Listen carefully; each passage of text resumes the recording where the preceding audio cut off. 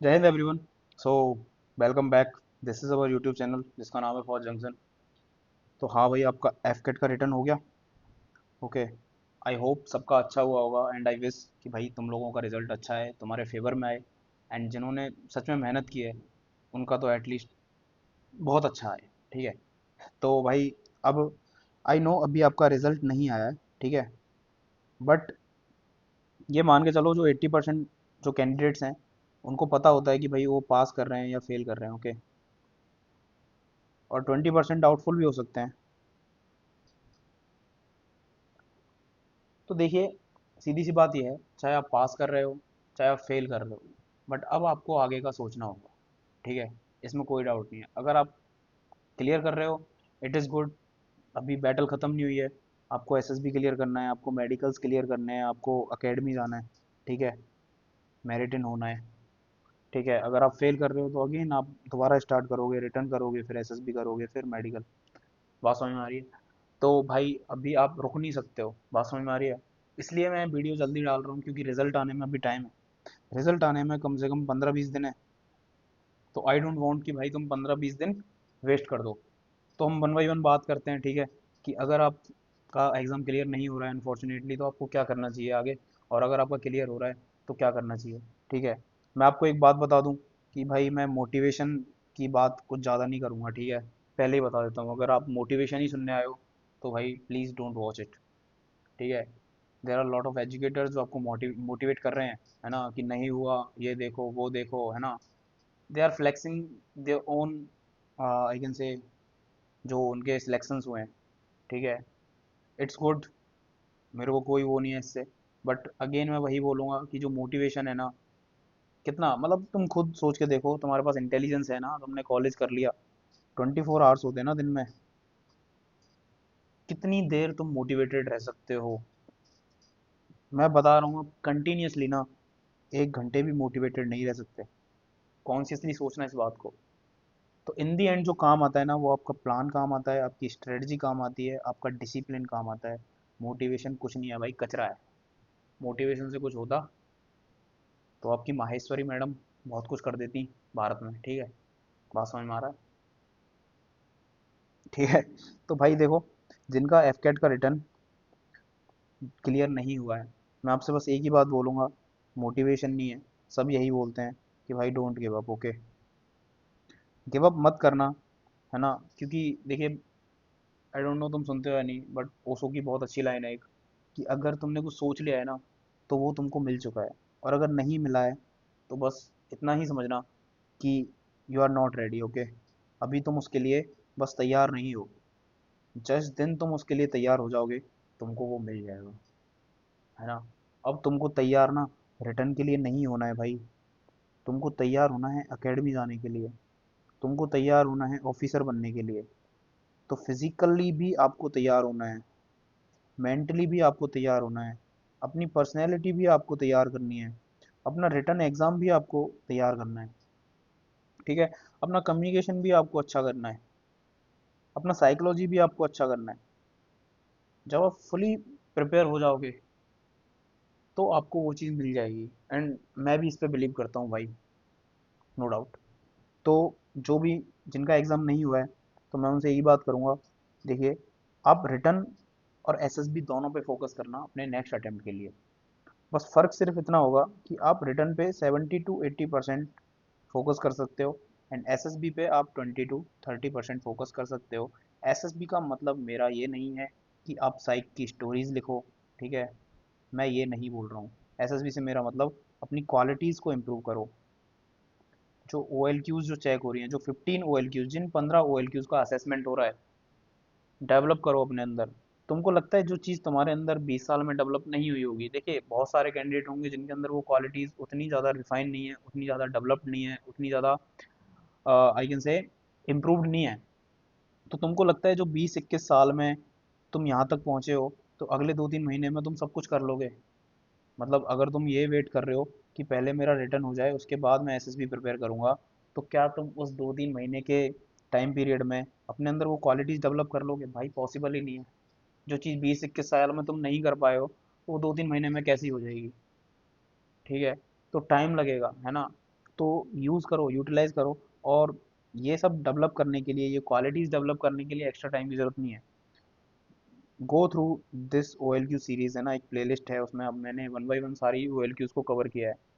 तो सिंपली तुमको पहला वीडियो देख के ही पता चल जाएगा कि without giving any extra time, any extra effort, you can improve your qualities. ठीक है, बस आपको जो डेली एक्सरसाइज उसमें बताई हैं वो आपके डेली टास्क से रिलेटेड हैं, उसको अलग से कुछ नहीं करना। तो मैं यही बोलूँगा, इस 20-30% में अपनी क्वालिटीज़ को इम्प्रूव करो, अपना कम्युनिकेशन इम्प्रूव करो, है ना। बात समझ में आ रही है? ताकि, क्योंकि जब, पता है आपको, जो फर्स्ट एसएसबी का अटेम्प्ट होता है ना, ये आपका गोल्डन चांस होता है। It's your golden opportunity. ठीक है, यहाँ पे आपकी 19-20 परफॉर्मेंस भी चल जाती है, पता है, छोटी मोटी माइनर मिस्टेक भी कर दोगे ना तो असेसर नेगलेक्ट कर देगा। तो भाई क्यों गवाना है? मान लो रिटर्न क्लियर हो गया, उसके बाद एसएसबी स्टार्ट कर रहे हो, 2-3 महीने में एसएसबी होगा नहीं प्रिपेयर, सीधी सी बात है। और मान लो फिर लग गया टैग स्क्रीन आउट या कॉन्फ्रेंस आउट का, सब वेस्ट है। फिर और एक्स्ट्रा एफर्ट डालना पड़ेगा। तो पहले ही अटेम्प्ट में कर लो ना। और इसका भाई लाइव एग्जांपल है मेरा दोस्त। ठीक है, सीडीएस आईए में दिया उसने, क्लियर नहीं हुआ। फिर लास्ट के 2 अटेम्प्ट सीडीएस ओटीए होते हैं, तो फर्स्ट जो ओटीए था उसका, फर्स्ट ओटीए अटेम्प्ट क्लियर नहीं हुआ। तो जो उसका सेकंड ओटीए अटेम्प्ट था ना, ये उसका लास्ट अटेम्प्ट था। एफ कैट के लिए वो एलिजिबल नहीं था, डायरेक्ट एंट्रीज उसके पास थी नहीं। तो यही उसका लास्ट अटेम्प्ट था, ओनली अटेम्प्ट था। ठीक है, only opportunity defence forces join करने की उसके पास यही थी, सेकंड ओटीए। ठीक है, उसका रिटर्न भी क्लियर हुआ, उसका एसएसबी क्लियर हुआ, उसका मेडिकल्स क्लियर हुआ, एकेडमी उसका अच्छे से निकला। और नाउ वो ऑफिसर है, वो लेफ्टिनेंट है, उसको 4-5 महीने हो चुके हैं सर्व करते हुए। ठीक है, हुआ क्यों? क्योंकि वो अपने पर्सनैलिटी डेवलपमेंट पे ध्यान दे रहा था, अपने क्वालिटीज़ के इम्प्रूवमेंट पे ध्यान दे रहा था, है ना। क्योंकि उसको पता था कि जिस दिन रिटर्न निकलेगा ना, उस दिन एसएसबी को फाड़ दूंगा मैं। बात समझ में आ रही है? बस। तो ये तुम्हारे लिए है। अब जो भाई पास कर जा रहे हैं अपना एग्ज़ाम, वो ज़्यादा फोकस रखेंगे अपना एसएसबी पे। ठीक है, कुछ लोगों का सीडीएस भी आ रहा होगा। ठीक है, उसके लिए भी थोड़ा थोड़ा पढ़ते रहना, जैसे भी तुम्हारी इच्छा है, श्रद्धा है। ठीक है, अब एसएसबी, इनको एसएसबी पे प्रॉपर फोकस करना पड़ेगा। इनको अपनी पर्सनैलिटी पे भी फोकस करना है, इनको अपनी क्वालिटीज़ पे भी फोकस करना है, इनको अपने कम्युनिकेशन पे भी, है ना, अपने आई कैन से साइक पे भी फोकस करना है। ठीक है, इंटरव्यू के लिए भी प्रिपेयर करना पड़ेगा। ठीक है, बात समझ में आ रही है? तो इनको सब कुछ करना पड़ेगा, क्योंकि इनको जाना है एसएसबी देने अभी 3-4 महीने बाद। ठीक है, तो देखिए एसएसबी में होते हैं आपके 2 प्रोसेस। एक होता है आपका स्क्रीनिंग, और एक होते हैं आपके 3 असेसमेंट, जो क्या है आपके साइकोलॉजी, जीटीओ, और आपका इंटरव्यू, पर्सनल इंटरव्यू। ठीक है, तो देखिए स्क्रीनिंग जो है ना, सीधी सा बात है, इसके बारे में मैं अभी एक भी बात डिस्कस नहीं करूंगा। 20 या 21 अगस्त को एक होगा ऑनलाइन वेबिनार। ठीक है, फ्री होगा, है ना। इस वेबिनार में, ये हम पहले भी कर चुके हैं, इस वेबिनार में हम सब कुछ इन डिटेल डिस्कस करेंगे about screening, in detail I am saying. ठीक है, कैसे आपको ओआईआर करना है, कैसे आपको मेन कैरेक्टर चूज करना है, कैसे आपको इमेज ऑब्जर्व करनी है ना, कैसे आपको स्टोरी लिखनी है, कैसे नरेट करनी है, जीडी में क्या करना है, ओके, एवरीथिंग। और ये वेबिनार का लिंक मैं अपने टेलीग्राम पे शेयर कर दूंगा। ये टेलीग्राम है, फौज_जंक्शन, आप सर्च करके भी कर सकते हो, अदरवाइज मैं कमेंट सेक्शन में लिंक पिन कर दूंगा, you can join it. Okay, 20 या 21 अगस्त, इन डेट में से एक डेट पे होगा। ठीक है, स्क्रीनिंग। अब मैं बात करूँ अगर असेसमेंट की, तो देखिए 3 असेसमेंट हैं। ठीक है, इन तीनों असेसमेंट में जो जा रहे हो एसएसबी देने, मैं तुमको बता देता हूँ। साइक आपके, आपका रिटर्न होता है। ठीक है, आपको सिर्फ लिखना है, आपको बोलने का कोई मौका नहीं मिलेगा। इंटरव्यू आपका पूरा कम्युनिकेशन पे बेस्ड है। ठीक है, 50-60 मिनट जो भी तुम बताओगे उसको, दैट इज़ योर कम्युनिकेशन, है ना। अब इंटरव्यू में है क्या, आपके पीआईक्यू से क्वेश्चन होने वाले हैं, पर्सनल इन्फॉर्मेशन क्वेश्चन है ना, एक तरह से सीबी जो होता है आपका। अब पर्सनल जो लाइफ है तुम्हारी, उसके बारे में तुमको तो सब पता ही है ना, बट मैटर यही करता है कि तुम उसको कम्युनिकेट कैसे कर रहे हो, तुम उसको उसके असेसर के सामने कैसे परोस रहे हो। ठीक है, वही है भाई, जो दिखता है वही बिकता है, और ये सच है। ठीक है, किया सबने लगभग बराबर ही होता है। ठीक है, जो बस सिटीज़ के बहुत बड़े बड़े स्कूल से पढ़े होंगे, उन्होंने थोड़ा एक्स्ट्रा किया होगा इन स्पोर्ट्स और एक्स्ट्रा करिकुलर। बाकी सब जो बैकग्राउंड है ना इंडिया में, सब मिडिल क्लास से मैक्सिमम आते हैं। तो हम लोगों ने सबने बराबर ही किया है, ठीक है। स्पोर्ट्स हमने भी उतना ही खेला है जितना तुमने खेला है, ठीक है। उतना ही हमने एक्स्ट्रा करिकुलर किया है जितना तुम कर रहे हो, है ना। तो ये उस पर डिपेंड नहीं करता है कि तुमने कितना किया, ये डिपेंड करता है कि तुम उसको कैसे एक्सप्रेस कर रहे हो। तो interview is about your communication and psych आपका होता है रिटर्न। तो रिटर्न में आपकी दो चीज़ें आ जाती हैं भाई, ठीक है। थोड़ी बता देता हूँ बातें, आपको काम आ जाएंगी, ठीक है। रिटर्न में आपकी एक तो होती है हैंड राइटिंग, और एक है आपकी राइटिंग स्पीड। दोनों का ही बहुत बड़ा रोल है। क्यों? क्योंकि आप साइक जब लिखते हो तो लगभग आपको 2 से ढाई घंटे लिखना है लगातार। 2 से ढाई घंटे, समझ रहे हो। तो पहली बात तो, अगर आपकी हैंड राइटिंग खराब है ना, अगर आपकी हैंड राइटिंग खराब है तो साइकोलॉजिस्ट को कुछ समझ में ही नहीं आएगा क्या लिख रहा है। और उसके पास इतना टाइम नहीं है वो अपना दिमाग लगाए फालतू का, समझ समझ के पढ़े। वो क्रॉस कर देगा भाई, समझ में नहीं आ रहा तो। बात समझ में आ रही है? तो हैंड राइटिंग अपनी इम्प्रूव कर लो। दूसरी चीज़, अगर आपकी हैंड राइटिंग अभी ठीक ठाक भी है ना, तो भी मैं बोलूँगा इम्प्रूव कर लो। क्यों? क्योंकि वहाँ पे एक तो टाइम का प्रेशर रहेगा। बात समझ में आ रही है? एक वहाँ पे साइक टेस्ट चल रहा है, उसका प्रेशर रहेगा। एसएसबी में क्या होगा, उसका प्रेशर रहेगा। घर वाले क्या सोच रहे हैं, उसका प्रेशर रहेगा, ठीक है। तो बात समझ रहे हो, वहाँ पे बहुत ज़्यादा प्रेशर रहेगा। तो उसमें राइटिंग वैसे ही ख़राब हो जाती है। तो अपनी राइटिंग इम्प्रूव कर लो, ताकि जो 2.5 घंटे के लास्ट में जो लिखोगे ना, लास्ट के 10-15 मिनट, वो भी उसको समझ में आ जाए कि क्या लिख रहा है। क्योंकि जैसे जैसे टाइम बढ़ेगा राइटिंग ख़राब होती जाएगी। बात समझ में आ रही है? तो पहली चीज़ आपकी हैंड राइटिंग, क्योंकि आपके पास बोलने का कोई मौका नहीं है। ऐसा नहीं होगा कि शायद तुमको बुला लेगा, बेटा ये क्या लिखा है बता दो, ये तुम्हारा स्कूल नहीं है ना। तो भाई हैंड राइटिंग अपनी इंप्रूव करो। दूसरा, आपकी राइटिंग स्पीड, बिल्कुल बहुत बड़ा रोल है। क्योंकि 4 मिनट में एक स्टोरी लिखनी है। एक स्टोरी का मतलब हो गया 12 लाइन।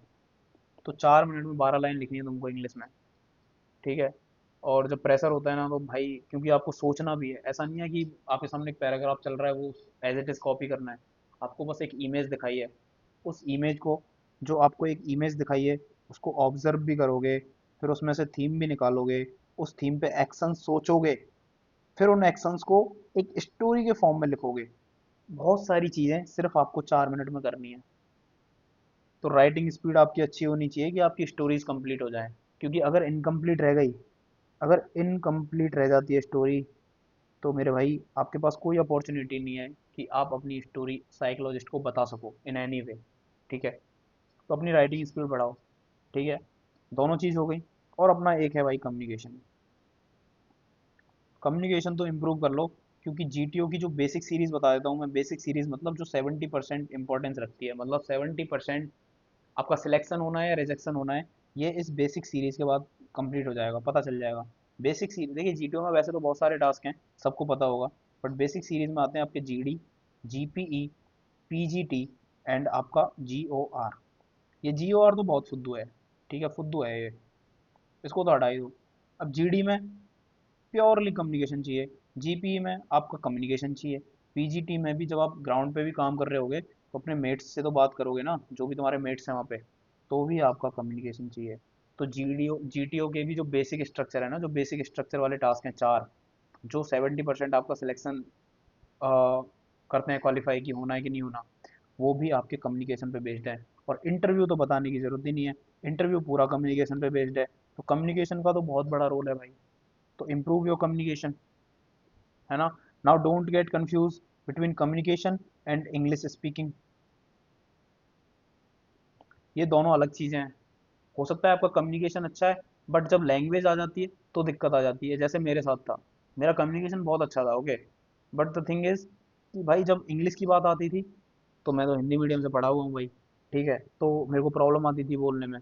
तो मैंने ये चीज़ अपनी इम्प्रूव करी, है ना। कुछ लोग ऐसे ही होंगे जिनका कम्युनिकेशन ही खराब होगा, जो बात ही नहीं कर पाते होंगे। तो भाई जिनका कम्युनिकेशन खराब है ना, बात करना स्टार्ट करो यार, बात स्टार्ट करो, ठीक है। अपने फ्रेंड सर्कल में, ठीक है, अपने फैमिली के साथ, जहाँ भी मौका मिल रहा है, सोसाइटी में कोई प्रोग्राम हो रहा है भाई, पार्टिसिपेट कर ले। माइक पे जाके कुछ भी बोल दो, ठीक है, कॉन्फिडेंस बिल्ड होगा। एक दो बार अजीब लगता है ना। तो इसके लिए एक बेस्ट एक्सरसाइज, सबसे बेस्ट एक्सरसाइज, जो आपकी राइटिंग भी कवर करेगी और आपका कम्युनिकेशन भी कवर करेगा, मैं बोलता हूँ भाई, प्रिपेयर योर लेक्चरेट। हाँ, लेक्चरेट भी आपका जीटीओ में होता है, सॉरी, बेसिक सीरीज में नहीं है। बट लेक्चरेट भी होता है एक जीटीओ में, जो भी आपका एक कम्युनिकेशन बेस्ड टेस्ट है। ठीक है, तो लेक्चरेट में आपको वही 2-3 मिनट का लेक्चरेट देना होता है, लेक्चर देना होता है किसी भी टॉपिक पे। तो मैं यही बोलूँगा, देखिए आप न्यूज़ पढ़ते हो ना, नहीं पढ़ते हो तो शुरू कर दो, क्योंकि आपको एसएसबी देने जाना है ना। इन डिटेल आपसे इंटरव्यूइंग ऑफिसर भी एक्सपेक्ट करेगा कि आप कोई भी हॉट टॉपिक जो चल रहा है उसको इन डिटेल उसको समझा पाओ, क्योंकि आप जा रहे हो रिटर्न एंट्री से, है ना। तो वो एक्सपेक्ट करता है भाई पढ़ के आया होगा। तो देखिए जो न्यूज़ होता है ना, न्यूज़ आप पढ़ो, 2 से 3 सोर्स से कोई भी न्यूज़ आपने पढ़ी, जितना भी आपको डेटा आपने कलेक्ट किया है ना, उसको राइट डाउन करो। बस इसी सिंपल एक एक्सरसाइज से आपकी राइटिंग इंप्रूव हो जाएगी, आपकी स्पीड भी इंप्रूव हो जाएगी और आपकी हैंड राइटिंग भी इंप्रूव हो जाएगी। आपको टीएटी प्रैक्टिस करने की ज़रूरत नहीं है, बार बार स्टोरी लिखने की ज़रूरत नहीं है अपनी राइटिंग इंप्रूव करने के लिए। ठीक है, आप बस यही करो, आपकी राइटिंग इंप्रूव हो जाएगी दोनों तरीके से, हैंड राइटिंग भी और स्पीड भी। अब जब आपने ये लिख लिया है ना, अब इसको बोलो, है ना। एंड ये आवाज़ के साथ होना चाहिए। यूज़ योर वॉइस, मन मन में याद नहीं करना है पढ़ पढ़ के, ठीक है, वो टाइम गया, है ना। अब आपको आवाज़ आवाज़ के साथ, ठीक है, एक वॉइस मॉड्यूलेशन के साथ, जब तक वॉइस ही यूज़ नहीं करोगे तो वॉइस मॉड्यूलेशन कैसे करोगे। वॉइस मॉड्यूलेशन बहुत बेहतरीन टेक्निक है भाई, बहुत बेहतरीन। ठीक है, क्योंकि जब आप इंटरव्यू के लिए बैठे हो ना, जब आप इंटरव्यू के लिए बैठे हो, तो आपकी बॉडी है ना एकदम स्टिल है, शांत है। ठीक है, आइडियल तो यही होता है कि आप अपने हैंड मूवमेंट्स भी यूज़ ना करो। तो अब आप ना लेग्स चला सकते हो, ना हैंड्स चला सकते हो, है ना, ना आप अपनी गर्दन इधर उधर घुमा सकते हो। ठीक है, अब तुम एक पुतले की तरह बैठे हो। Now it is only your voice. ठीक है, आपकी आवाज़ ही है जो आपके सेंटेंस में एक्सप्रेशन ला सकती है। बात समझ रहे हैं। कुछ लोग होते हैं जो बहुत मोनोटोनस बोलते हैं। मोनोटोनस बोलोगे तो ये काम नहीं करेगा। ओके, क्योंकि मोनोटोनस बोलते हो तो ऐसा लगता है यार ऐसे पढ़ रहा है ना, सामने वाला बोर हो जाता है, यू आर नॉट एंगेजिंग, है ना। आपको एंगेज करना है इंटरव्यू ऑफिसर को। मेरा इंटरव्यू 80 मिनट चला था भाई, 80 मिनट बहुत सही टाइम है ये। ठीक है, 40-50 मिनट में हो लेता है नहीं तो काम। आपको एंगेज करना है इंटरव्यूइंग ऑफिसर को, अपने असेसर को। उसके लिए वॉइस मॉड्यूलेशन चाहिए, क्योंकि आपके सेंटेंस के अंदर अगर एक्सप्रेशंस नहीं है, अगर आपको ये नहीं पता, देखिए वॉइस मॉड्यूलेशन क्या होता है। वॉइस मॉड्यूलेशन ये होता है कि आपको पता होना चाहिए कहाँ पे आपको पिच हाई करना है, कहाँ पे पिच लो करना है ना, कहाँ पे आपको पॉज लेना है। बात समझ में आ रही है।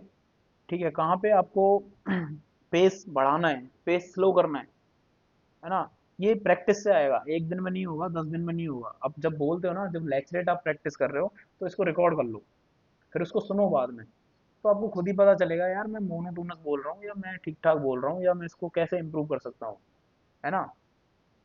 तो इम्प्रूव करो भाई, वॉइस मॉड्यूलेशन शुरू करो। ठीक है, this is the only thing जो आपको इंटरव्यू में हेल्प करेगी। और मान लेना, ये तीनों जो असेसमेंट मैंने लिखे हैं ना यहाँ पे, ये साइक, जीटी और इंटरव्यू, इसमें साइक इम्पोर्टेंट है, इम्पोर्टेंट तीनों है, इम्पोर्टेंस सबकी बराबर है, और इंटरव्यू इम्पोर्टेंट है अकॉर्डिंग टू मी। क्योंकि मैं बताता हूँ, जो जीटीओ है ना, ये ग्रुप बेस्ड है पूरा, है ना।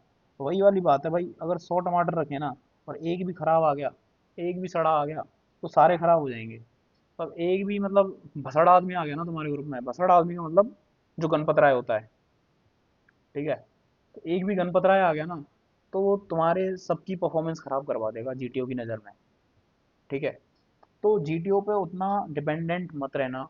ठीक है, जीटीओ में आपको बेसिक सीरीज में बहुत अच्छा मौका मिलेगा, जीडी में, जीडी में अच्छा पार्टिसिपेट करना, जीपी में अच्छा सॉल्यूशन देना, अच्छे से कम्युनिकेट करना, बस यही होता है। उसके बाद तो भाई ग्रुप है पूरा। ठीक है, फिर भसड़ है, एक भी आ गया ना कोई पागल, वो ख़त्म कर देगा फिर।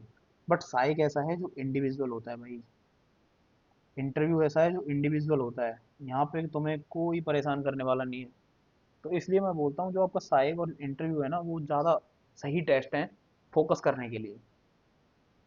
तो इन पे फोकस करो, अपनी राइटिंग पे फोकस करो, अपने कम्युनिकेशन पे फोकस करो, अपने आप को जानो, अपना पीआईक्यू फिल करो। पीआईक्यू की वीडियो डाल रखी है भाई, मैं बता रहा हूँ, नहीं समझाएगा कोई। पीआईक्यू बहुत इंपॉर्टेंट है। पीआईक्यू पता है आपका डीआईपीआर डिज़ाइन करता है, defence institute of psychological research. एक छोटा सा फॉर्म को भी साइकोलॉजिकल रिसर्च का इंस्टीट्यूट फ्रेम कर रहा है, तो उसके अंदर बहुत कुछ छुपा है, बिलीव मी। ठीक है, तो पीआईक्यू भरना भी बहुत बड़ी कला है भाई। पीआईक्यू भरना नहीं आता लोगों को, है ना। तो गो एंड वॉच कि कैसे पीआईक्यू भरना है, फिर उसको देखो कि क्या क्या क्वेश्चन बन सकते हैं भाई। अपना स्पोर्ट्स देखो, उसमें क्या क्या क्वेश्चन बन सकते हैं, अपना हॉबीज देखो, अपना एक्स्ट्रा करिकुलर देखो, अपने गांव का नाम देखो, उसके बारे में पढ़ो, अपना डिस्ट्रिक्ट देखो जहाँ से कॉलेज किया है उस सिटी के बारे में जानो, अपने फादर के ऑक्यूपेशन एजुकेशन के बारे में जानो, same for mother, for brother, for sister. बात समझ में आ रही है भाई? तुम खुद ट्राई करोगे ना तो 10 से 15 20 25 30 क्वेश्चन खुद बना लोगे। फिर उनका आंसर करो अगेन विद वॉइस। फिर वही voice modulation, improve your communication. Answers भी प्रिपेयर हो जाएंगे और कम्युनिकेशन भी इम्प्रूव हो जाएगा। बात समझ में आ रही है? भाई यही करना है जो पास कर रहे हो ना। मैं बोल रहा हूँ आपको, एसएसबी पे ध्यान दो भाई। एसएसबी हलवा है, बट उसके लिए जिसको बनाना आता है। ठीक है? बात समझ में आ रही है? खुद बनाओगे तो अच्छा टेस्ट आएगा। यही होता है ना, कुछ खाना खाना भी तुम खुद बनाते हो तो उसका टेस्ट अच्छा आता है ना। तो प्रिपेयर करो। ठीक है? बाकी मोटिवेशन कुछ नहीं है भाई, फुद्दू चीज़ है। मत करो फोकस मोटिवेशन पे। जिनका नहीं हो रहा है, जिनका क्लियर नहीं हुआ है, मैं उनको बोल देता हूँ फिर एक बार, कोई बात नहीं, नहीं हुआ अगली बार हो जाएगा। बट स्टार्ट योर प्रिपरेशन, है ना। मोटिवेशन मोटिवेशन मत ढूंढो। मोटिवेशन से घर नहीं चलता, मोटिवेशन से सिलेक्शन नहीं होते, मोटिवेशन से डिसिप्लिन नहीं आता। ठीक है? डिसिप्लिन से ही होगा सब कुछ। जो चीज़ लगातार एक महीने में 28 दिन कर सकते हो ना, उसी से होगा। एक महीने में एक दिन जो हो रहा है उससे नहीं होगा। बात समझ में आ रही है? एक दिन में 24 घंटे पढ़ लो और बाकी के 29 दिन सो जाओ, या फिर एक एक घंटे पढ़ के 24 दिन पढ़ लो। तो 24 दिन जब पढ़े हो ना, 24 डेज जिसमें पढ़े हो, वो ज़्यादा इफेक्टिव होगा बजाय एक दिन में 24 घंटे पढ़ने के। तो अपने अंदर डिसिप्लिन लाओ, है ना। एक प्रॉपर स्ट्रेटजी बनाओ कि आप आगे क्या करने वाले हो, अगले 2 3 महीने क्या करने वाले हो। फिर 2 3 महीने कंप्लीट होने को आ रहे हैं तो फिर अगले 2 3 महीने के लिए स्ट्रेटजी बनाओ, या मंथ बाई मंथ बना लो, वीक बाई वीक बना लो, बट प्रिपेयर विद, हाँ मतलब आगे चलना है एक प्लान के साथ, एक स्ट्रेटजी के साथ, मोटिवेशन के साथ नहीं चलना है। ठीक है? तो यही था भाई, यही बताना था। एसएसबी के बारे में भी यही बताना था। और जो नहीं हो रहा है, जिनका हो रहा है, तो भाई मेरे हिसाब से तो यही है। बाकी चीज़ें और आगे देखते रहेंगे। ठीक है? और ये ज़रूर अटेंड कर लेना आपका स्क्रीनिंग का जो वेबिनार है। ठीक है? मेरा कोई लॉस नहीं है भाई, तुम नहीं करोगे तो भी, है ना। मेरे को कोई पैसे नहीं मिल रहे, कुछ नहीं मिल रहा। ठीक है?